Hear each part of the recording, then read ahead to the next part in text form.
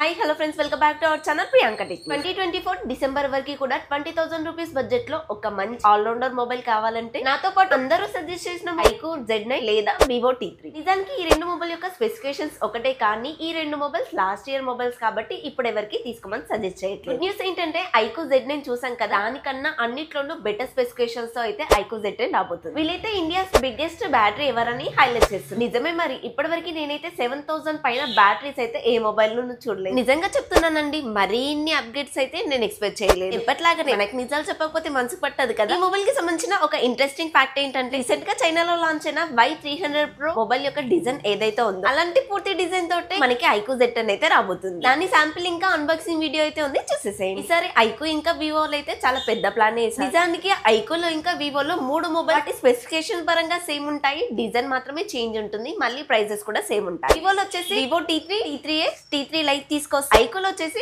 IQ Z9, Z9X, Z9 Lite అయితే తీసుకొచ్చారు. Recent గానే వివోలో T4X అయితే తీసుకొచ్చారు. ఐక్యూ Z10X అయితే ఇంకా కనబడలేదు. ఏప్రిల్ 11న ఐక్యూ Z10 అయితే కన్ఫర్మ్ చేశారు. వివో T4 అయితే ఇంకా కనబడలేదు. దీన్ని బట్టి అర్థమవుతుంది వీళ్ళ మొబైల్స్ వీళ్ళకి కాంపిటీషన్ కాకుండా ప్లాన్ చేస్తున్నారు. సరే, ఐక్యూ Z10 లో అయితే చాలా ఇంప్రూవ్మెంట్స్ కనిపిస్తున్నాయి. లాస్ట్ ఇయర్ మీడియాటెక్ ప్రాసెసర్ ఇస్తే ఈసారి స్నాప్డ్రాగన్ ప్రాసెసర్ అయితే ఇస్తున్నారు. సో ఈసారి అయితే మనకి ఈ లాగ్ ఇష్యూస్ కానీ హీటింగ్ ఇష్యూస్ కానీ తగ్గుతాయనే అనిపిస్తుంది. ఎందుకంటే స్నాప్డ్రాగన్ అనేది కొంచెం బెటర్ కదా. ఎవరు చెప్పని విషయాన్ని నేను మీకు క్లియర్ చేస్తూ ఇంత ఎఫర్ట్స్ పెడుతున్నందుకు కానీ ప్లీజ్ మన ఛానల్ అయితే సబ్స్క్రైబ్ చేసుకోండి. మనమైతే 10K సబ్స్క్రైబర్స్ దగ్గరలో ఉన్నాం. సబ్స్క్రైబ్ చేసి సపోర్ట్ చేశారని మాత్రం భావిస్తున్నాం. మనమైతే 10K సబ్స్క్రైబర్స్ దగ్గరలో ఉన్నామని అడిగినందుకు చాలా మంది సబ్స్క్రైబ్ చేసి సపోర్ట్ చేస్తున్నారు. సో మీ అందరికీ కూడా థ్యాంక్ యూ సో మచ్. అలాగే కమెంట్ లో అడిగే ప్రతి ప్రశ్నకి కూడా రీప్లై ఇస్తున్నారు. రీప్లై ఇవ్వని ఛానల్స్ ఎన్నో ఉన్నాయి, బట్ నేను ఇచ్చే రీప్లై మీకు ఎంతో కొంత యూజ్ అవుతుంది కదా.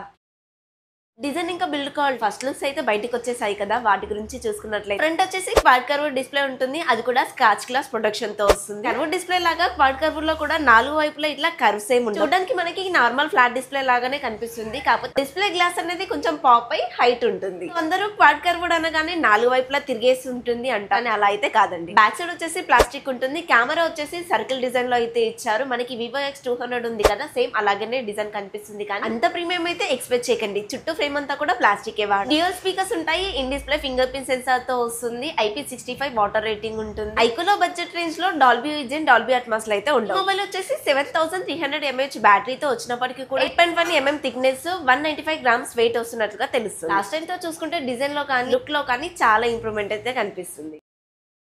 లాస్ట్ టైం అయితే మీడియాటెక్ ప్రాసెసర్ కొంచెం హీటింగ్ ఇష్యూస్ ఉండేవి. ఈసారి అయితే స్నాప్డ్రాగన్ కి షిఫ్ట్ అయిపోయారు. Snapdragon 7S Gen 3 processor 4 nm మీద బిల్డ్ అవుతుంది. LPDDR4X RAM technology, UFS 3.1 memory technology ఉంటుంది. ఆన్లైన్ 15 మీద రన్ అవుతుంది. ప్లస్ CS అప్డేట్స్ అయితే ఇస్తారు. ఏ ఫ్యూచర్స్ అయితే కొన్ని ఉంటాయి. Antutu వచ్చేసి నియర్లీ 8 lakh వరకు స్కోర్ అయితే చేయగలుగుతుంది. అండ్ ఐక్యూలో పర్ఫార్మెన్స్ అనేది బాగుంటుంది. అండ్ గేమ్స్ ఆడే వాళ్ళకి కూడా ఈ మొబైల్ ఈ ప్రాసెసర్ అయితే బాగా సెట్ అవుతుంది. డిస్ప్లే కూడా బాగుంటుంది. ప్రాసెసర్ విషయంలో లాస్ట్ ఇయర్ తో కంపేర్ చేస్తే బిగ్ చేంజ్ అనే చెప్పుకోవాలి. కొంతమంది వచ్చేసి ఇదేం పెద్ద ప్రాసెసర్ కాదు అని అంటారు, కాకపోతే ఈ బడ్జెట్ లో ఇది మంచి ప్రాసెసర్. ఈక్వీ స్కోర్ అయితే ఆల్రెడీ ఇంత ముందు వేరే మొబైల్స్ లో చూసాము, సిమిలర్ గానే స్కోర్ వస్తుంది. 6.7 inches spark curved OLED display, 120Hz refresh rate అయితే సపోర్ట్ చేస్తుంది. HDR10+ కూడా సపోర్ట్ చేస్తుంది. 2000 స్పీడ్ బ్రైట్నెస్ కలిగి ఉన్నట్లుగా తెలుస్తుంది. వైడ్ వన్ L1 సపోర్ట్ ఉంటుంది కాబట్టి OTT కంటెంట్ అంతా కూడా ఫుల్ HD లో చూడండి. డిస్ప్లే వైజ్ అయితే ఇంప్రూవ్మెంట్ జరిగింది. లాస్ట్ టైం ఫ్లాట్ డిస్ప్లే ఇస్తే ఈసారి క్వాడ్ కర్వ్ డిస్ప్లే కి చేంజ్ చేశారు కాబట్టి లుక్ వైజ్ గా ప్రీమియం గా ఉంటుంది. నార్మల్ డిస్ప్లే వచ్చేసి ఫ్లాట్ గా ఉంటుంది, డిస్ప్లే వచ్చేసి ఎడ్జెస్ కొంచెం బంపీగా ఉంటాయి. అక్కడైతే మీకు తేడా కనిపిస్తుంది, టచ్ లో ఫీల్ చేస్తారు. ఈ డిస్ప్లే అయితే గేమింగ్ కూడా సెట్ అవుతుంది. నార్మల్ ఫ్లాట్ డిస్ప్లే తో ఆడుతున్నట్టుగానే అనిపిస్తుంది గేమింగ్ కూడా.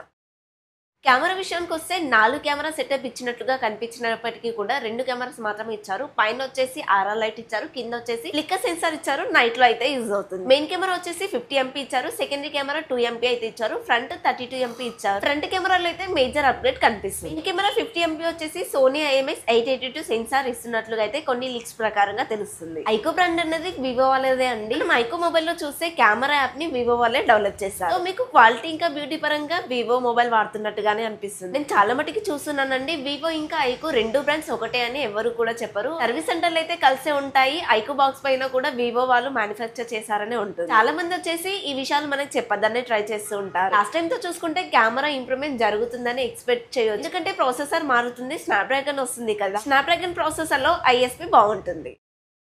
బ్యాటరీ విషయానికి వస్తే ఇదే హైలైట్ అని చెప్పాలి. 7300 mAh battery, 90 watt fast charger ఇస్తున్నట్లుగా అయితే తెలుస్తుంది. కొంతమంది 80 వాట్ ఫాస్ట్ ఛార్జర్ ఇస్తున్నట్టుగా అయితే చెప్తున్నారు. ఎలా వచ్చినా పర్లేదండి, 80 ఇచ్చినా 90 ఇచ్చినా పెద్ద డిఫరెన్స్ ఏమి ఉండదు. ఎంత లేదన్నా కూడా ఫుల్ ఛార్జ్ అవ్వడానికి 1 అవర్ టైం అయితే తీసుకుంటుంది. ఐఫోన్ వాళ్ళు 4000 mAh బ్యాటరీ పెట్టడానికి చాలా ఇబ్బంది పడతారు. వీళ్ళు 7300 mAh బ్యాటరీ ఎలా పెట్టారో అర్థం కావట్లేదు. కొత్తగా వచ్చిన సిలికాన్ కార్బన్ బ్యాటరీ వల్ల ఇదైతే సాధ్యమవుతుంది. బ్యాటరీ బ్యాకప్ నార్మల్ గా యూజ్ చేసుకునే వాళ్ళకైతే ఈజీగా 2 days వస్తుంది. గేమ్స్ ఆడే వాళ్ళకైతే వాళ్ళు ఆడేదాన్ని బట్టి అయితే డిపెండ్ అవుతుంది. ఎందుకంటే ఇప్పుడు పబ్జీ కూడా 90 FPS వరకు వస్తుంది కదా. హెవీ యూజింగ్ అంటే నేను యూట్యూబ్ చూసాను, సర్చింగ్ చేశాను అనే వాళ్ళకి ఈజీగా 1 day వస్తుంది. ఎటు పెట్టినా సరే అయితే ఒక పెద్ద విషయం అనే చెప్పాలి. ఫ్యూచర్ లో ఇంకా పెద్ద బ్యాటరీస్ వచ్చే అవకాశం కూడా ఉంది. లాస్ట్ టైం తో కంపేర్ చేస్తే ఈసారి ఏకంగా 2300 mAh బ్యాటరీ ఎక్కువ అయితే ఇచ్చారు. ఇది చాలా గొప్ప విషయం. చార్జర్ కూడా లాస్ట్ టైం 44 వాట్ ఉండేది, ఈసారి దానికి డబుల్ అనే చెప్పాలి. నేనైతే బ్యాటరీ విషయంలో కానీ ఛార్జింగ్ విషయంలో కానీ మరీ ఇంత అయితే ఎక్స్పెక్ట్ చేయలేదు. ఇక ప్రైస్ విషయానికి వస్తే లీక్స్ ప్రకారంగా బేస్ వేరియంట్ అయినా 8GB 128GB వచ్చి 20,000 నుంచి స్టార్ట్ అవుతున్నట్టుగా తెలుస్తుంది. సో మీరే చెప్పండి, లాస్ట్ ఇయర్ తో కంపేర్ చేస్తే ఈసారి వస్తున్న ఈ స్పెసిఫికేషన్స్ ఇంతవరకు బెటర్ అయ్యాయి, ఇంకా ఏమైనా బెటర్ అవ్వాలి అంటున్నారా?